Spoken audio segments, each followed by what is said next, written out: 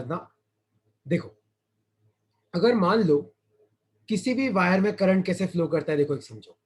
मान लो कि ये कोई वायर है, सपोज करो कि ये कोई वायर है, और मान लो कि ये इस वायर में एटम्स है। ये क्या है? इस वायर के अंदर कुछ एटम्स है। ठीक है, ये वायर के अंदर क्या है? एटम्स है। और मान लो कि मैंने इस वायर को एक बैटरी से कनेक्ट कर रखा है। किससे कनेक्ट कर रखा है? मान लो मैंने इस वायर को एक बैटरी से कनेक्ट कर रखा है। ये पॉजिटिव टर्मिनल है, ये नेगेटिव टर्मिनल है। तो करंट कैसे फ्लो करता है? देखो, करंट फ्लो करता है पॉजिटिव से नेगेटिव की तरफ। तो करंट कैसे फ्लो करता है? करंट इस तरीके से फ्लो करता है। लेकिन याद रखना कि किसी भी वायर में जो इलेक्ट्रॉन का फ्लो होता है ना, वो करंट के फ्लो के अपोजिट होता है। तो आपका इलेक्ट्रॉन का फ्लो कैसे होता है? आपका इलेक्ट्रॉन का फ्लो इस तरीके से होता है। तो एक चीज तुम ध्यान से देखना, when current flows in a wire, अगर मान लो किसी वायर में करंट फ्लो कर रहा है, when current flows in a wire, comma, they collide with they collide with stationary atoms. They collide with stationary atoms and heat is produced. And heat is produced. तो देखो इस statement को तुम समझना कि अगर मान लो किसी वायर में करंट फ्लो होता है, तो करंट फ्लो होने का मतलब है कि आपका इलेक्ट्रॉन चलेगा। तो देखो, करंट कहां से कहां फ्लो करता है? करंट चालू होता है पॉजिटिव पे, पॉजिटिव से नेगेटिव की तरफ।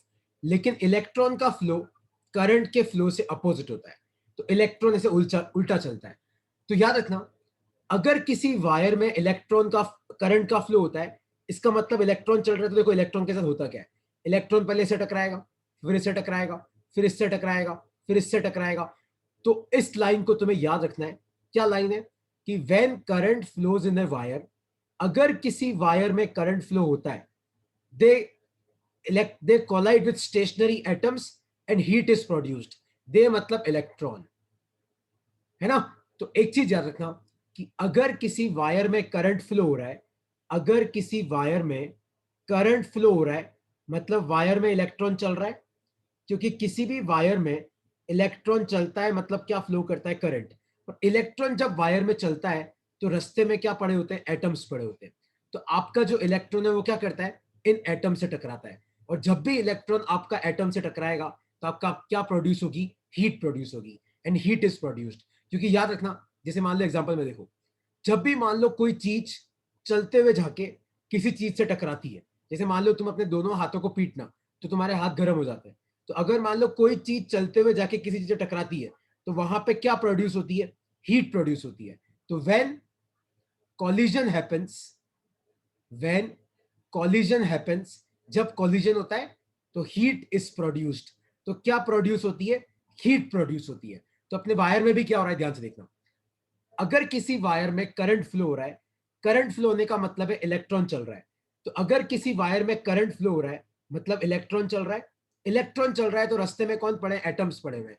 तो आपका इलेक्ट्रॉन एटम से टकराएगा और जैसे ही कॉलिजन होता है तो आपकी क्या प्रोड्यूस होती है? आपकी प्रोड्यूस होती है हीट प्रोड्यूस होती है। तो कोई तुम्हें पूछे कि बताओ किसी वायर में करंट फ्लो हो रहा है तो हीट क्यों प्रोड्यूस होती है, तो क्वेश्चन है why heat is produced in current carrying wire. Why heat is produced in current carrying wire? तो मान लो कोई तुम्हें पूछे कि करंट कैरिंग वायर में हीट क्यों प्रोड्यूस होती है, तो आपको यहाँ क्या आंसर करना है? तो when current flows in a wire, they की जगह लिखना electrons. Electrons collide with stationary atoms and heat is produced. ये इसका आंसर है। ठीक है, किसी को अब तक किसी कंसेप्ट में कोई डाउट है तो मुझसे पूछ सकता है यार।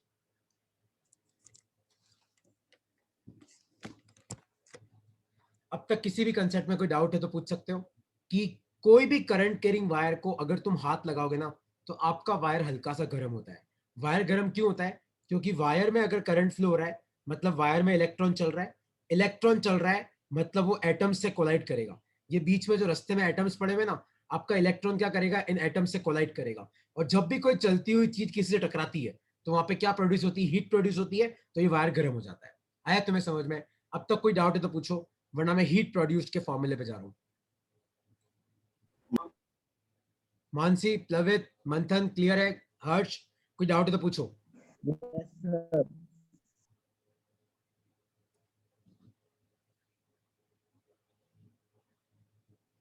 ओके, कोई डाउट नहीं है, तो अब हम आते हैं हीट प्रोड्यूस्ड के फॉर्मूले पे। तो वायर में कितनी हीट प्रोड्यूस्ड होगी? तो हीट प्रोड्यूस्ड का फॉर्मूला होता है आई स्क्वायर आर टी।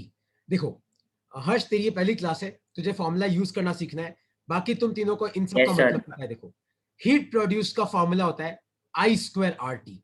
अब आई का मतलब है कितना करंट फ्लो कर रहा है। देखो एक बात तो पक्की है कि जितना करंट फ्लो करेगा उतने इलेक्ट्रॉन चलेंगे, जितने इलेक्ट्रॉन चलेंगे उतने टकराएंगे, और जितने ज्यादा इलेक्ट्रॉन टकराएंगे आपकी उतनी हीट प्रोड्यूस होगी। तो एक तो करंट पे डिपेंड करता है, दूसरा किस पे डिपेंड करता है? दूसरा ये डिपेंड करता है रेजिस्टेंस पे। दूसरा किस पे डिपेंड करता है? रेजिस्टेंस पे। और तीसरा किस पे डिपेंड करता है? टाइम पे, है ना? तो यहां पे ध्यान से सुनना। कोई तुम्हें पूछे कि अगर मान लो कोई वायर है जिसमें मान लो करंट फ्लो कर रहा है आई, अगर मान लो कोई वायर है और उसमें करंट फ्लो कर रहा है आई, तो याद रखना अगर किसी भी वायर में करंट फ्लो होता है ना, तो आपका वायर हल्का सा गर्म हो जाता है। वायर में क्या प्रोड्यूस होती है? हीट प्रोड्यूस होती है। तो हीट प्रोड्यूस का फॉर्मूला क्या होता है? आई स्क्वायर आर टी। आई मतलब कितना करंट फ्लो कर रहा है, आर मतलब रेजिस्टेंस कितनी है वायर की, टी मतलब कितने टाइम के लिए फ्लो कर रहा है। और याद रखना टाइम आपको किस में लेना है? टाइम आपको लेना है सेकंड में। तुम गलती से भी टाइम को मिनट में मत ले लेना, वरना गलत हो जाएगा। आपको टाइम किस में लेना है? आपको टाइम किस में लेना है? हमेशा सेकंड में। तो किसी भी करंट कैरिंग वायर में अगर मान लो कोई भी वायर है जिसमें आई करंट फ्लो कर रहा है, मान लो उस वायर की रेजिस्टेंस आर है और टी टाइम के लिए करंट फ्लो कर रहा है, तो कितनी हीट प्रोड्यूस होगी? आई स्क्वायर आर टी। और हीट प्रोड्यूस की जो यूनिट होती है वो होती है जूल। लिख लो अपनी में, क्या होती है? जूल। JOULE। और डिनोट करते हैं हम जे से, जूल। लिख लो। हर्ष, हर्ष टोटावत, तुमने लगता पहली बार ज्वाइन किया है, तो तू खाली इस फॉर्मूले पे ध्यान दे। फॉर्मूले पे ध्यान देना और इसके न्यूमेरिकल सॉल्व करना, तो ये फॉर्मूला अपने आप याद हो जाएगा। ठीक है?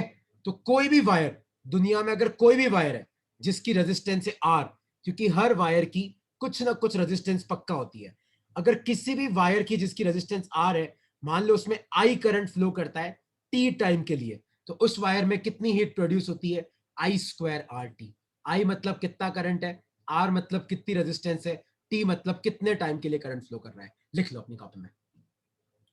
ठीक है? और ऊपर एक और टॉपिक लिख लेना, three factors, three factors on which heat produced depends.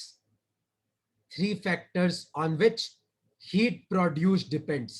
तो अगर किसी वायर में हीट प्रोड्यूस हो रही है, तो अगर मान लो तुम्हारे एग्जाम में क्वेश्चन आ जाए कि बताओ वो कौन सी तीन चीजें हैं जिसमें हीट डिपेंड करती है, तो आपको क्या बोलना है? सर पहला करंट है, दूसरा रेजिस्टेंस है, तीसरा टाइम है। तो पूछे कैसे? आप बोलो सर जितना करंट फ्लो करेगा उतने इलेक्ट्रॉन चलेंगे, जितने इलेक्ट्रॉन चलेंगे उतने कोलाइड करेंगे तो उतनी हीट प्रोड्यूस होगी, जितनी ज्यादा रेजिस्टेंस होगी उतनी हीट प्रोड्यूस होगी, और जितने टाइम के लिए करंट पास होगा उतनी हीट प्रोड्यूस होगी। है ना? मान लो किसी वायर में कंटिन्यूसली करंट फ्लो होता ही जा रहा है, होता ही जा रहा है, तो हीट ज्यादा प्रोड्यूस होगी। अगर मान लो हीट करंट थोड़ी देर के लिए फ्लो किया तो हीट कम प्रोड्यूस होगी। लिख लो अपनी कॉपी में। तो कोई भी वायर जिसमें करंट आई फ्लो कर रहा है, जिसकी रेजिस्टेंस आर है, और मान लो टी टाइम के लिए करंट फ्लो कर रहा है, तो कितनी हीट प्रोड्यूस होती है? आई स्क्वायर आर टी। और टी किस में लेना है? सेकंड में। ठीक है? अब आपको एक क्वेश्चन सॉल्व करना है यार। अब आपको एक क्वेश्चन सॉल्व करना है, तो लिखो अपनी कॉपी में। क्वेश्चन ये रहा, मान लो कि ये एक वायर है 10 ओम का, ये रेजिस्टेंस होती है ना। हर्ष अग्रवाल, हर्ष चोटावत, तुम्हें अगर नहीं पता हो तो बेटा ओम मतलब ये रेजिस्टेंस दे रखी है। तो रेजिस्टेंस कितनी दे रखी है आपको? 10 ओम। मान लो इसमें करंट पास कर रहा है 2 एम्पियर। कितना पास कर रहा है करंट? 2 एम्पियर। और मान लो 10 मिनट के लिए करंट पास किया। कितने मिनट के लिए? 10 मिनट के लिए। तो क्वेश्चन है फाइंड हीट प्रोड्यूस्ड। तो आपको बताना है कि इस वायर में कितनी हीट प्रोड्यूस्ड हुई। देखो कैसे करते हैं इस क्वेश्चन को। सबसे पहले कोई इंसान तुम्हें हीट प्रोड्यूस पूछे तो हीट का फॉर्मूला होता है आई स्क्वायर आर टी। अब चेक करो तुम्हारे पास क्या क्या है और क्या क्या नहीं है। देखो ध्यान से देखो, आई है, देखो कितना करंट पास कर रहा है? 2 एम्पियर। जिसको नहीं पता है तो 2 एम्पियर एम्पियर करंट की यूनिट होती है। तो करंट कितना पास कर रहा है? 2 का स्क्वायर आ जाएगा इनटू रेजिस्टेंस कितनी है? 10 ओम, तो आर की जगह 10 आ जाएगा। और टाइम, मैंने तुम्हें क्या बोला? टाइम किस में लेना? सेकंड में, मिनट में मत लेना। तो 10 मिनट मतलब 10 इंटू 60 कितना हो गया? ये हो गया तुम्हारा 600 सेकंड। तो इंटू कितना आ जाएगा? 600। और इसकी यूनिट क्या आ जाएगी? जूल। चेक करो कितना आया ये। 2 टू जा 4 इंटू 10 इंटू 600 जूल, तो 6 4 जाए तो कितना हो जाएगा 24, और 3 जीरो आ जाएंगे, ये आ जाएगा 24,000 जूल। तो ये आपकी हीट प्रोड्यूस्ड है ना। तो कोई इंसान अगर तुम्हें ये पूछे कि बताओ किसी भी वायर में हीट क्यों प्रोड्यूस होती है, तो इसका आंसर तुम्हें आना चाहिए। हीट कितनी प्रोड्यूस होती है, तो ये formula I square R T. I मतलब कितना करंट है, आर मतलब कितनी रेजिस्टेंस है, टाइम मतलब टी मतलब कितना टाइम है। और टाइम किस में लेना, कभी भी आर में मत लेना, कभी भी मिनट में मत लेना। टाइम हमेशा किस में लेना, टाइम लेना सेकंड में। किस में लेना, सेकंड में। आया समझ में? और इसमें कोई डाउट है तो पूछो यार, नो सर। क्योंकि एक क्वेश्चन तुम लोगों को सॉल्व करना है अब, ताकि तुम्हें फॉर्मूला याद हो जाए। ठीक है, अच्छा अब ध्यान से देखो, फिर मैं तुम्हारे लिए कोई बढ़िया एनिमेशन लाया हूँ समझाने के लिए कि एप्लीकेशंस क्या है ना। जैसे ये देखो एक एनिमेशन है फ्यूज वायर की, इस पे अपन आते हैं। तो एक क्वेश्चन तुम लोग सॉल्व कर लो। क्वेश्चन है ये, करंट ऑफ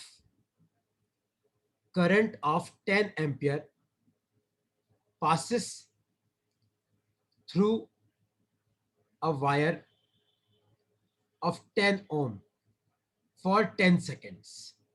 तो क्वेश्चन क्या दे रखा है, देखो करंट ऑफ 10 एम्पियर मतलब 10 ampere current passes through a wire of 10 ओम, 10 ओम का वायर है, फॉर 10 सेकेंड्स, 10 सेकंड के लिए।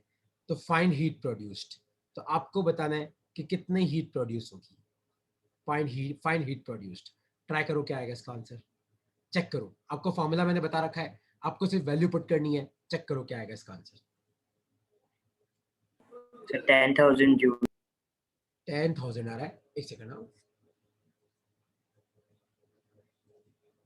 हाँ बाकी लोग भी चेक करो क्या आ रहा है इसका आंसर। देखो ऐसे सिंपल क्वेश्चन करने से पता है क्या फायदा होता है, हम लोगों को फॉर्मूले याद हो जाते हैं, है ना। तो कितना हीट का फॉर्मूला क्या होता है, हीट का फॉर्मूला होता है आई स्क्वायर आर टी। तो कितना करंट पास कर रहा है, 10 एम्पियर, तो 10 का स्क्वायर। रेजिस्टेंस कितनी है 10, टाइम कितना है 10 सेकंड, सेकंड में ही है, कोई दिक्कत ही नहीं है। तो ये तो 4 जीरो आ जाएंगे। तो ये कितना आया, 10,000 जूल आया। ये आपका आंसर है। किसी को इसमें आप कोई डाउट है तो मुझसे पूछ सकते हो, नहीं तो फिर मैं एप्लीकेशन पे जा रहा हूँ।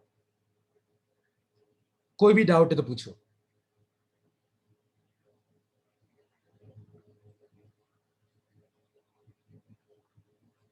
Okay no sir. ठीक है, किसी को कोई डाउट तो नहीं है। अच्छा एक कंसेप्ट तुम वापस सब देख लो, एक कंसेप्ट, क्योंकि तुम हर्ष अभी तुमने ज्वाइन किया। देखो अगर मान लो कोई भी चीज, जैसे मान लो देखो तुम्हें यहाँ पे कार दिख रही है, अगर मान लो कोई भी चीज अगर मान लो चल रही है और जाके वो किसी चीज से टकराती है, तो यहाँ पे आपका क्या प्रोड्यूस होता है, यहाँ पे आपका हीट प्रोड्यूस होता है। याद रखना, दुनिया में कोई भी चलती चीज अगर जाके किसी चीज से टकराती है तो क्या क्या प्रोड्यूस होता है, गर्मी प्रोड्यूस होती है। तो अपने वायर में क्या होता है, मैं तुम्हें ये कंसेप्ट वापस इसलिए बता रहा हूँ क्योंकि अभी काम आएगा। देखो अपने वायर में क्या होता है, वायर में बहुत सारे एटम्स होते हैं, एटम अपनी जगह से नहीं हिलते, एटम अपनी जगह स्थिर रहते हैं। तो जब करंट फ्लो हो रहा था, पता है ना, जब करंट फ्लो हो रहा था तो क्या होता है, तो इलेक्ट्रॉन चलता है। तो इलेक्ट्रॉन चलेगा तो क्या होगा, देखो रास्ते में एटम पड़े तो पहले इसे टकराएगा, फिर इसे टकराएगा, फिर इसे टकराएगा, फिर इसे टकराएगा, फिर इससे टकराएगा, फिर इससे टकराएगा। तो इलेक्ट्रॉन इन सबसे टकराता है। और जब भी कॉलिजन होता है तो वहां पे क्या प्रोड्यूस होती है, जब भी कॉलिजन होता है तो क्या प्रोड्यूस होती है, हीट प्रोड्यूस होती है। तो कोई भी वायर में अगर करंट फ्लो हो रहा है ना, तो उस वायर में क्या प्रोड्यूस होती है, हीट प्रोड्यूस होती है। तो अब इस हीट के क्या एप्लीकेशंस है, एक एक करके हम पढ़ेंगे। तुम्हारे कोर्स में 3 एप्लीकेशंस है, तो टॉपिक लिखो अपनी कॉपी में, एप्लीकेशंस ऑफ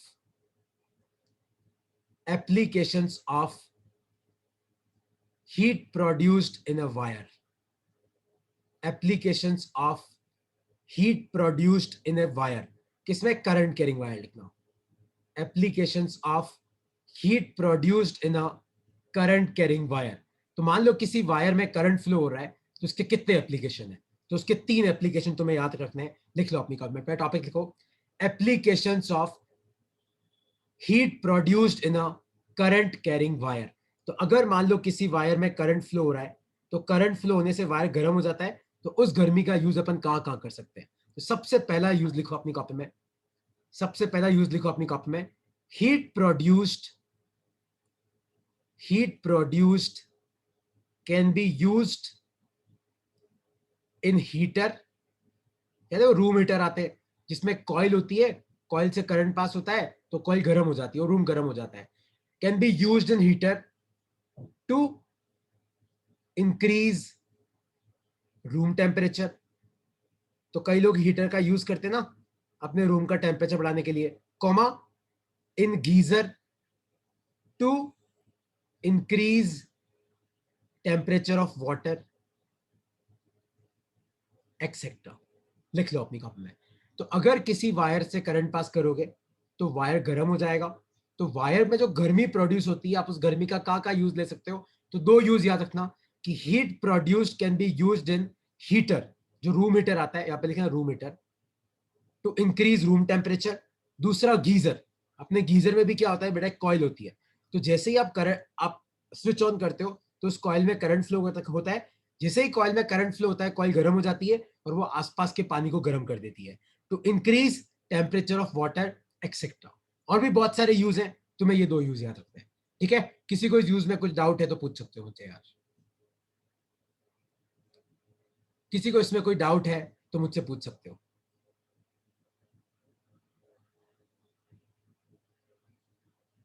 तो एप्लीकेशन ऑफ हीट प्रोड्यूस्ड में पहला एप्लीकेशन है कि आप जो गर्मी बन रही है, उस गर्मी को आप रूम हीटर में यूज करके आप रूम का टेम्परेचर बढ़ा सकते हो।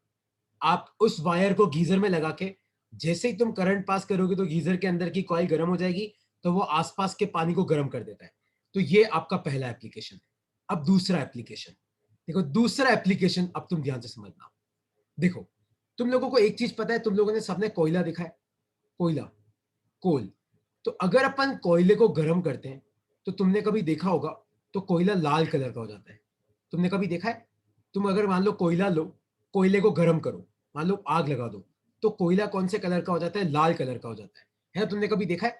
कोयला एकदम लाल लाल लाइट निकलती कोयले से। तो एक लाइन लिखना अपनी कॉपी में, if a material gets heated up, अगर आप किसी मटेरियल को बहुत ज्यादा गर्म करो, comma, it will emit light. तो वो क्या एमिट करता है? लाइट एमिट करता है। It will emit light depending on its temperature, depending on its temperature.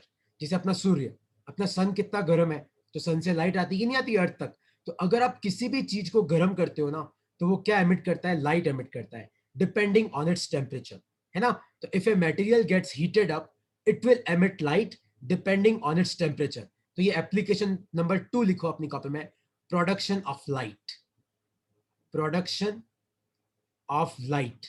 तो वायर में, अगर किसी वायर से आप करंट पास करोगे, तो अगर मान लो कोई वायर है, उससे आपने करंट पास किया, तो वायर से करंट पास करोगे तो वायर का जो टेम्परेचर है वो बढ़ जाएगा, क्योंकि वायर गर्म हो जाएगा। और गर्म चीजों से क्या निकलती है? लाइट निकलती है। तो if a material gets heated up, it will emit light depending on its temperature. तो जितना मटेरियल ज्यादा गर्म होता है ना, वो उतनी लाइट निकालता है। तो अपने घर में जो बल्ब होता है ना, देखो इन बल्ब में क्या होता है, देखो, अगर तुमने कभी ये बल्ब देखे हो, तो बल्ब में इस तरीके का फिलामेंट होता है। तो अपना बल्ब बेसिकली इस तरीके से होता है, तुम लोगों ने कभी देखा हो। तो ये जो फिलामेंट होता है ना, इससे जैसे ही करंट पास करता है तो ये हीटअप हो जाता है, और ये हीटअप हो जाता है तो यहाँ से क्या निकलती है? यहाँ से आपकी लाइट निकलती है। तो दो एप्लीकेशन है देखो। पहला एप्लीकेशन तो क्या है? प्रोडक्शन ऑफ हीट, हीट बनती है। उस हीट को आप कहाँ पे यूज कर सकते हो? हीटर में यूज कर सकते हो, गीजर में यूज कर सकते हो। दूसरा एप्लीकेशन मैंने तुम्हें क्या लिखाया? प्रोडक्शन ऑफ लाइट, लाइट बनती है। तो अब लाइट बनती क्यों है यार? वो कहीं ना कहीं पहले एप्लीकेशन से ही रिलेटेड है। तो पहला एप्लीकेशन क्या था कि अगर आप किसी भी वायर से करंट पास करोगे तो वायर गर्म हो जाता है, और दुनिया में कोई भी गर्म चीज से क्या निकलती है? अगर ज्यादा गर्म करोगे तो, ये नहीं कि सर हम तो घर पे स्टील की तपेली गर्म करते हैं तो क्या लाइट निकलती है क्या वहां से? वहां से इंफ्रारेड लाइट निकलती है, तुम्हारी आंखों को नहीं दिखती, कुत्तों को दिखती है, बिल्लियों को दिखती है, वो अपनी आंखों को नहीं दिखती। लेकिन अगर तुम बहुत ज्यादा गर्म करोगे, तो तुम्हें पता है स्टील को अपन ज्यादा गर्म करते हैं ना, तो स्टील ब्लू हो जाता है, ब्लू कलर का, है ना? तो लिखो अपनी कॉपी में, if a material gets heated up, it will emit light depending on its temperature, है ना? और इसका यूज कहाँ पे करते हैं? यहाँ पे लिखना, this application is used in bulbs, this application is used in filament bulb. लिखना फिलामेंट बल्ब। आजकल तो वैसे एलईडी आ गई है, पहले आते थे ये, तुमने देखा होगा, अभी भी घरों में आते हैं वो बल्ब, फ्यूज हो जाता है ना कभी कभी घर में, कि बल्ब फ्यूज हो गया यार। वैसे तो एलईडी वाला बल्ब भी उड़ जाता है, उसमें भी भरोसे नहीं है, लेकिन पहले ऐसे बल्ब आते थे, तुमने देखा होगा, अभी भी तुम्हारे घर में शायद हो। तो ये बल्ब के अंदर ऐसा एक वायर होता है, तुम कभी देखना, जब तुम बल्ब चालू या गर्म करते हो तुम्हें ये वायर दिखता है, इसमें लाइट, इससे लाइट निकलती है। लिख लो अपनी कॉपी में। तो this application is used in filament bulbs. और अगर मान लो मैं तुम्हें ये पूछूं ये लिख लिया तुम लोगों ने प्रोडक्शन ऑफ लाइट में? Yes, sir. Yes. हर्ष अग्रवाल कोई डाउट है? हर्ष तदावत कोई डाउट है? मंथन, प्लवित, No, sir. अरे कोई डाउट हो तो नो पूछो। सर। हाँ मैं बोलते जा रहा हूँ, तुम्हें डाउट हो तो पूछो।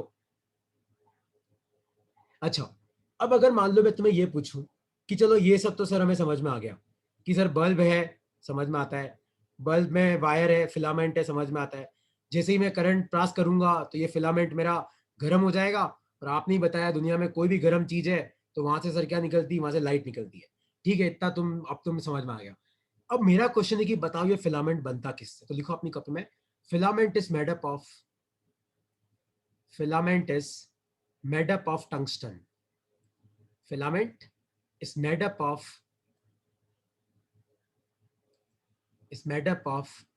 टंगस्टन। यहाँ पे ब्रैकेट में लिखना हाई रेजिस्टेंस। तो कोई तुम्हें पूछे कि बल्ब के अंदर का जो फिलामेंट होता है उसकी रेजिस्टेंस ज्यादा होगी कम होगी, तो आपको क्या याद रखना है? ज्यादा होगी, क्योंकि पता है इसकी रेजिस्टेंस अगर कम होगी तो हीट प्रोड्यूस कम होगा, तो हीट कम प्रोड्यूस होगी तो टेम्परेचर बढ़ेगा नहीं, टेम्परेचर बढ़ेगा नहीं तो लाइट कहाँ से निकलेगी? अगर आपको इस बल्ब से लाइट निकालनी है तो आपको टेम्परेचर बढ़ाना पड़ेगा, मतलब अपने को हीट चाहिए, हीट के लिए अपने को रेजिस्टेंस चाहिए, तो हाई रेजिस्टेंस लिख लेना अपनी कॉपी में। तो कोई तुम्हें पूछे कि बताओ बल्ब कैसे काम करता है तो समझा सकते हो उसको कि तुम्हें कोई डाउट है कि सर बल्ब कैसे काम करता है? सर देखो सुनो, सर बल्ब के अंदर एक फिलामेंट होता है, अब जैसे ही करंट पास करते हो फिलामेंट गर्म हो जाता है, क्योंकि दुनिया में अगर कोई भी वायर में करंट है तो वायर गर्म हो जाएगा, वो गर्म चीजों से सर क्या निकलती है? लाइट निकलती है। अच्छा, फिलामेंट बनता किसका है? तो filament is made up of tungsten. किसका बना होता है? टंगस्टन का बना होता है, हाई रेजिस्टेंस। ठीक है, और एक और लाइन लिख लेना इसमें कि bulb is filled with inert gases. जबकि गर्म गर्म बल्ब होता है ना, वो बल्ब किससे भरा होता है? इनर्ट गैसेस से, जैसे नाइट्रोजन हो गया, हीलियम हो गया, इन सब से भरा होता है, ताकि अंदर की हवा आयोनाइज नहीं हो जाए। अगर यही मान लो तुम्हारा H2O, अगर बल्ब अपना पता है ना, बल्ब अपना सब तरह से बंद होता है, बल्ब के अंदर हवा नहीं जा सकती, ये बल्ब अंदर से बंद होता है क्योंकि अंदर बहुत हीट प्रोड्यूस होती है ना। उस हीट से क्या होगा? अपने आसपास की जो हवा है वो आयोनाइज हो सकती है, तो इसलिए बल्ब के अंदर हम क्या भर के रखते हैं? इनर्ट गैसेस भर के रख सकते हैं। ठीक है, तो बल्ब के बारे में अब किसी को कोई भी डाउट है तो मुझसे पूछ सकता है कि बल्ब कैसे काम करता है, बल्ब किसका बना हुआ है, बल्ब के अंदर वायर किसका है, बल्ब के अंदर क्या भरा होता है, और बल्ब के अंदर जो फिलामेंट है वो किसका बना है, और उसकी रेजिस्टेंस ज्यादा होनी चाहिए कि कम होनी चाहिए? कोई भी डाउट है तो मुझे पूछो यार, कोई भी डाउट है तो पूछो।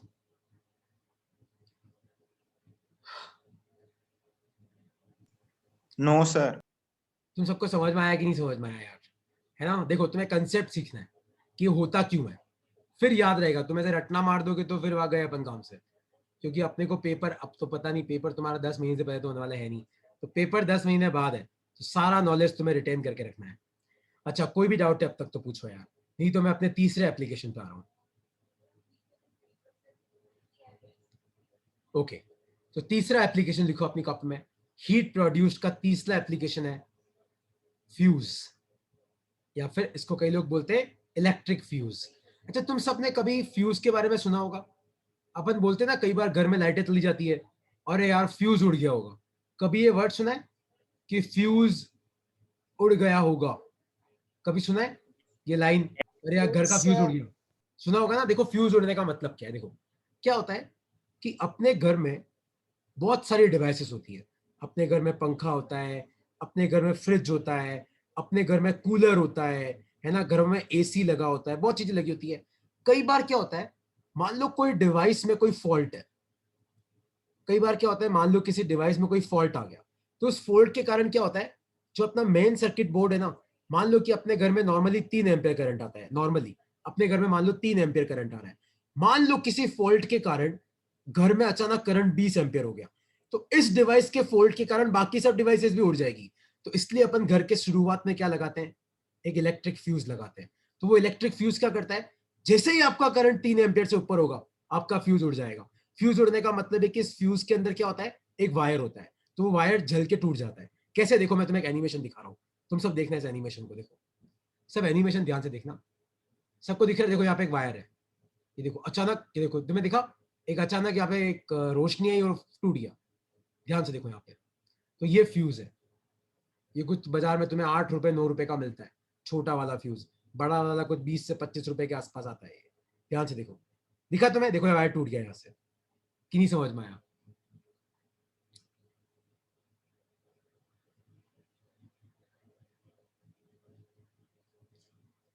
देखो तो यहाँ पे ऊपर लिखो कि फ्यूज वायर किसका बना होता है। देखो, fuse wire is made up of alloy of lead and tin having low melting point of 200 degree Celsius, मतलब 200 डिग्री सेल्सियस पे ये मेल्ट कर जाएगा। Electric fuse is a safety device used to limit the current in an electric circuit.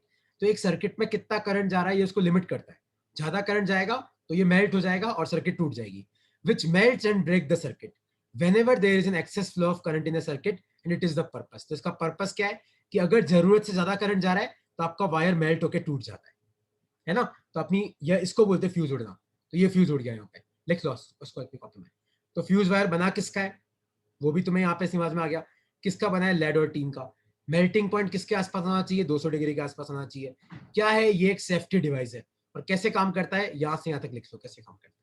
ये नीचे वाला diagram बनाने की जरूरत नहीं है, तो तुम क्या बनाओगे, है ना। इसके बारे में 2 प्रॉपर्टी और मैं तुम्हें लिखवाऊंगा, लिख लेना कि it has low melting point, इसका मेल्टिंग पॉइंट कम होता है, एंड लो रेजिस्टेंस, इसकी रेजिस्टेंस कम होती है। तो मान लो कोई तुम्हें पूछे कि बल्ब के अंदर जो फिलामेंट है और फ्यूज के अंदर जो फिलामेंट है, दोनों में एक बहुत बड़ा डिफरेंस क्या है? तो बल्ब के अंदर का जो फिलामेंट है उसकी रेजिस्टेंस ज्यादा होनी चाहिए, लेकिन फ्यूज के अंदर का जो फिलामेंट है उसकी रेजिस्टेंस कम होनी चाहिए, है ना। ये जनरली आपका एक मेटल एलॉय होता है। ठीक है, लिख लो अपनी कॉपी में। तो तुम्हें तीनों एप्लीकेशन में कोई भी डाउट है तो पूछो। तो अगर मान लो तुम्हारे एग्जाम में एक 5 नंबर का क्वेश्चन आ जाए कि right 3 applications of heat produced in a wire, तो पहला एप्लीकेशन तो क्या है कि सर आप जो हीट बन रही है ना उसको आप गीजर में यूज करो, पानी गर्म करो, आप हीटर में यूज करो, रूम गर्म करो। ठीक है, पहली एप्लीकेशन तो हीट की हो गई। दूसरी एप्लीकेशन लाइट की है कि सर अगर आप किसी भी वायर से करंट पास करोगे तो सर वायर तो गर्म हो जाएगा, तो गर्म चीज से क्या निकलती है? लाइट निकलती है। तो क्यों ना उसको बल्ब में यूज किया जाए। तो आप क्या बनाते हो? बल्ब बनाते हो। अच्छा, बल्ब के अंदर किसका वायर होता है बताना जरा, किसका वायर होता है? टंगस्टन का वायर होता है। बल्ब के अंदर क्या भरी होती है? बल्ब के अंदर इनर्ट गैसेस भरी होती है, और जो फिलामेंट है उसकी रेजिस्टेंस हाई रेजिस्टेंस होती है। और तीसरा एप्लीकेशन क्या है? Electric fuse. तो कोई तुम्हें पूछे कि बताओ इलेक्ट्रिक फ्यूज का काम क्या है, अपनी भाषा में भी लिख सकते हो। तो क्या लिखोगे कि सर अगर जरूरत से ज्यादा करंट फ्लो कर रहा है सर्किट में तो फ्यूज टूट जाता है, सर्किट टूट जाती है। और इलेक्ट्रिक फ्यूज मेन सर्किट को बचाता है, घर की सर्किट को, बाकी डिवाइसेस को उड़ने से बचाता है ना। और कुछ डाउट है तो मुझे तुम पूछ सकते हो इसमें यार। किसी को कोई भी डाउट है? हर्ष भाई, मंथन, दोनों हर्ष, हर्ष अग्रवाल, हर्ष तोटावत, कोई डाउट है तो पूछो। लवित, मानसी, कोई डाउट है तो पूछो यार। No sir. देखो एक क्वेश्चन तो Sir. पक्का मिलेगा, एक क्वेश्चन तो पक्का मिलेगा। और अगर तुम मान लो कि इस साल एनटीएससी का एग्जाम देते हो अगर हो तो एनटीएससी में भी इन तीनों एप्लीकेशन में से एक एप्लीकेशन का क्वेश्चन हमेशा आता है, ऑल द टाइम हमेशा आता है। तो तुम्हें ये मैं जो स्लाइड है ना ये मैं तुम्हें भेज रहा हूँ, तो तुम आराम से लिख लेना इसको। अभी मैं तुम्हें 1-2 न्यूमेरिकल और कराऊंगा, फिर अपन क्लास खत्म करेंगे। और कोई डाउट है तो मुझे पूछो अब तक। No, sir. अच्छा, तुम लोगों ने कभी ये देखा है फ्यूज कभी ऐसा खरीदा है?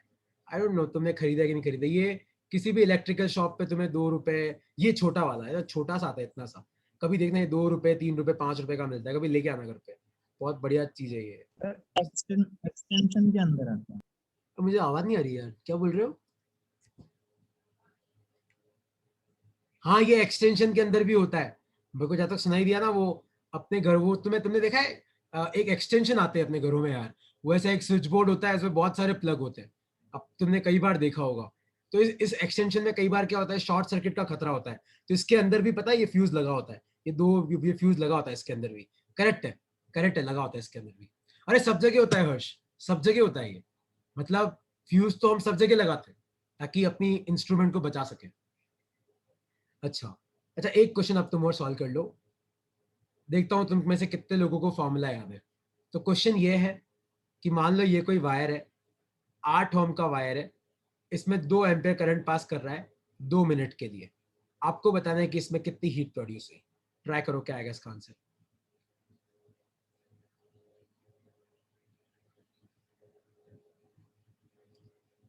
लगाओ सब दिमाग, कितना आएगा इसका आंसर।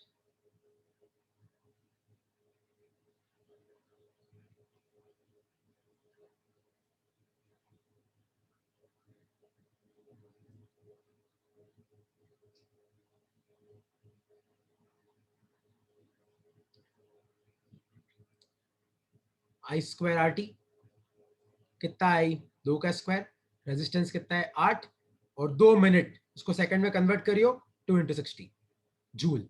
इसको सॉल्व कर लोगे तुम लोग आ जाएगा तो कितना आ जाएगा 2 2 जा 4 इंटू 8 इंटू 2 इंटू 60 जूल। ठीक है, ये इसका आंसर है। किसी को हीट में कोई डाउट है तो पूछो, है ना?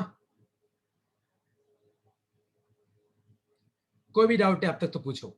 देखो नेक्स्ट क्लास भी अपनी इसी टॉपिक पे। किस टॉपिक पे? पावर एंड हीट प्रोड्यूस पे। मैंने आज इसके टॉपिक ही नहीं कराया क्योंकि आज 2-3 लोग नहीं है, शायद जयंत भी नहीं है और हुसैन भी नहीं है, तो अपन कल शाम को वापस अपनी क्लास है सेम टाइम पे।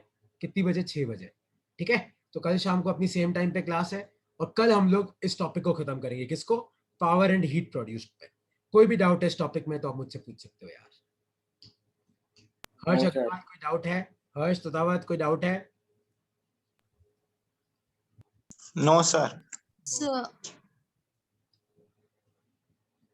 ओके, तो ये तुम में से किसी को इसकी रिकॉर्डिंग चाहिए तो मुझे बोल देना, और वैसे रिकॉर्डिंग तो मैं भेजूंगा और ये नोट्स में तुम्हें भेज रहा हूँ। और मेरे पास कोई हीट प्रोडक्शन की पीपीटी हुई, डीपीपी हुई, तो वो डीपीपी में तुम्हें फॉरवर्ड कर रहा हूँ। ठीक है, और कुछ पूछना है तो पूछो। अपनी कल वाली क्लास पावर और हीट प्रोड्यूस पे, तो कल मैं ओम्स लॉ भी तुम्हें समझाऊंगा कि ओम्स लॉ यहाँ पे कैसे यूज करते हैं और अलग अलग बल्ब में हीट प्रोडक्शन कैसे कैसे निकालते हैं। ठीक है, एक मैं तुम्हें एनटीएससी के कुछ क्वेश्चन भेज रहा हूँ, अगर मान लो तुम्हें एनटीएससी का पेपर देना हो तो वो भी तुम्हें ट्राई करना है। ठीक है, चलो ओके यार, बाय बाय। सर कल इसी टाइम पे होगी? नहीं, कल 6 बजे। ये तो मैंने अपनी याद है, वो सैटरडे को क्लास नहीं हो पाई थी यार, तो मैंने वो आज शेड्यूल करी है क्लास तुम्हारी। Okay sir.